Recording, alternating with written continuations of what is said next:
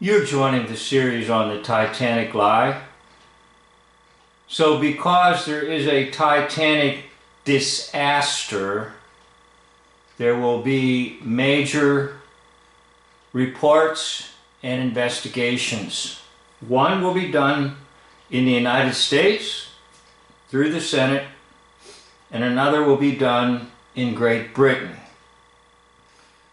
Now, I really don't want to focus on these reports, but what I'm going to focus on is the possibility of one reason why this hoax was put on for the public. I realize it's speculation, but everyone is hungry for answers to the question, why did they do this? Why? And I've already made some suggestions along those lines in terms of financial profit, in terms of fear, in terms of restricting people going to Europe because World War I is going to break out very shortly, and the less number of people that are in Europe from the United States, the greater the deception will be. But I have a little different thought in mind on this video.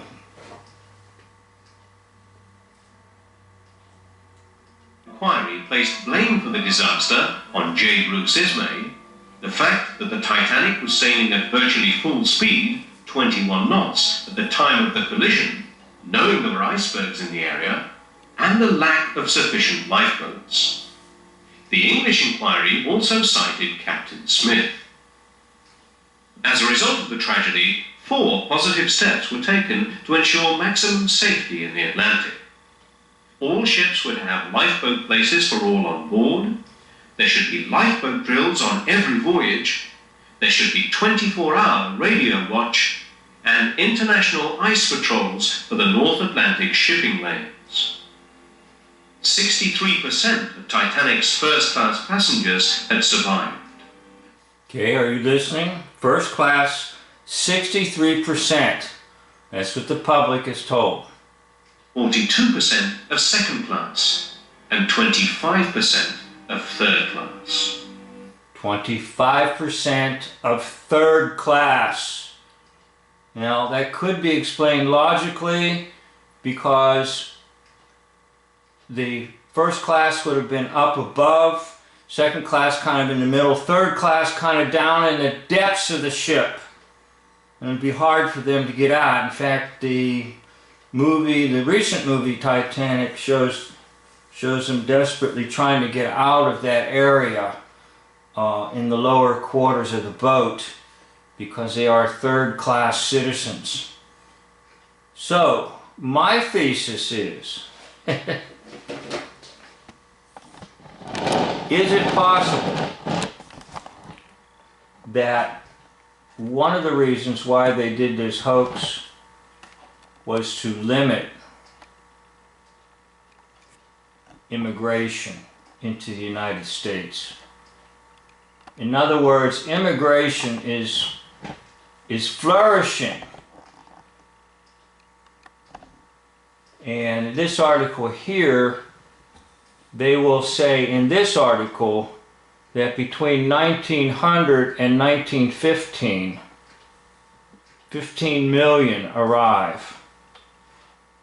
Now they're going to say that equals to the number of immigrants who had arrived in the previous 40 years. Now they might be exaggerating a little bit on that, but the idea is that between 1910 and 1915, there's an enormous amount of individuals coming in as immigrants from Europe.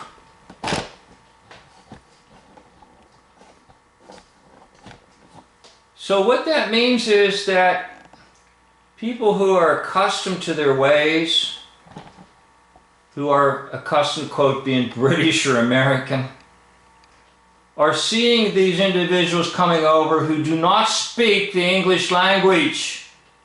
They don't eat the same foods. They don't worship in the same way. Now, what you're told in your history classes is the United States was a great melting pot. Well, that's a bunch of BS. It wasn't really a melting pot at all. These folks that came over that spoke German, they didn't blend in. If they spoke Greek, they didn't blend in. If they spoke Italian, they didn't blend in. They spoke Polish, they didn't blend in. And what happened in cities was that people tended to locate next to their own. In other words, you could go to the Greek section. You could go to the Italian section. You could go to the German section. And there were enclaves in various cities across the United States. They didn't blend together. They really didn't. And you're taught that nonsense. United States was a great melting pot. No, it wasn't. It would take an entire generation for the sons and daughters of the immigrants to begin to integrate and assimilate into American culture. So there's a threat by this huge amount of immigration. And we know that these people are about population control. And that goes back to an individual by the name of Malthus in the 1700s. And into the early 1800s. And Malthus basically talked about food supply and got people all worried that as the population grew, we wouldn't be able to grow as much food. So this whole idea of controlling population is not new. Okay? And by the way, it's very much in vogue today. As different means are used to control the population. I won't get into it. Now, some of the statistics that I looked at don't really bear everything out quite exactly, precisely, but yet there's enough information there to suggest and to show that the period right about here from 1910 up to from 1900 to 1910 to 1915 is an enormous influx of immigrants to the United States. Now, if the laws are not in place, you want to control population, the best thing you can do to control in any situation is create fear. So that brings us back to the Titanic. So in the minds of an immigrant, possible immigrant in Europe, wanting to come over to the United States, they will be thinking about the great Titanic disaster. And not only thinking about the Titanic disaster, but thinking about who were the folks that really died. And that would be your low-paying immigrants who are considered to be what they call third class. Remember, only 25% of them survive, according to the Hoax. So that alone will send shockwaves of fear over into Europe. And they will think twice about coming over. Now, if the statistics I've looked at are somewhat accurate, it suggests that really it didn't do that. This one here graphs the actual number of immigrants is the blue line, and then the percent of the population of the U.S. is the orange line. So it will show that in 1920 you lost some of the percentage of the population from up about 1910.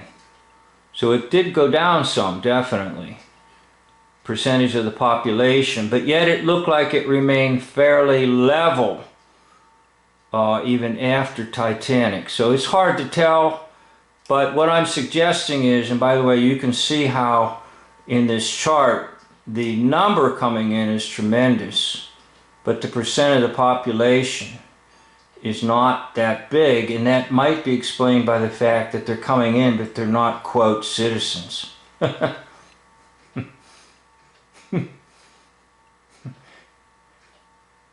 Now, I'm not sure I'm reading all my charts correctly, and that really doesn't matter because I'm just trying to simply convey the idea that one reason, maybe, why the controllers did this is to do what? Control population, control immigration. Send shockwaves of fear so they don't come over from Europe. And I also suggested in another video, vice versa, that we don't have a lot of folks leaving the United States going over to Europe. Why? Because they know in 1914 they're going to start a hoax war. They don't want a lot of people around to see what they really do. And that's the way it is with war hoaxing. They don't want a lot of objective observers to be there. So maybe it was to restrict it both ways. Not having people wanting to go over to Europe, but then by all means putting a great wave of fear into possible immigrants and saying, you better not try it because the Titanic sunk. And thus they're trying to preserve a way of life in the United States that's comfortable for them. And they don't have to face somebody who's speaking Italian, speaking German, speaking Polish, speaking Greek, all right, and dressing funny. So get that out of your head about the United States as a great melting pot. It wasn't. It was just a place for people to come, and it will take at least 1 or 2 generations before there is some melting and some integration in the United States and some assimilation. Mostly it'll come through the children and then indeed the grandchildren of the original immigrants who couldn't speak English. So anyhow, that's what I'd like to suggest to you. It was an attempt to create fear, to restrict immigration from Europe into the United States. Thank you for watching, thank you for listening, and above all, if you get to end a video, thank you for getting to end a video. This concludes the video.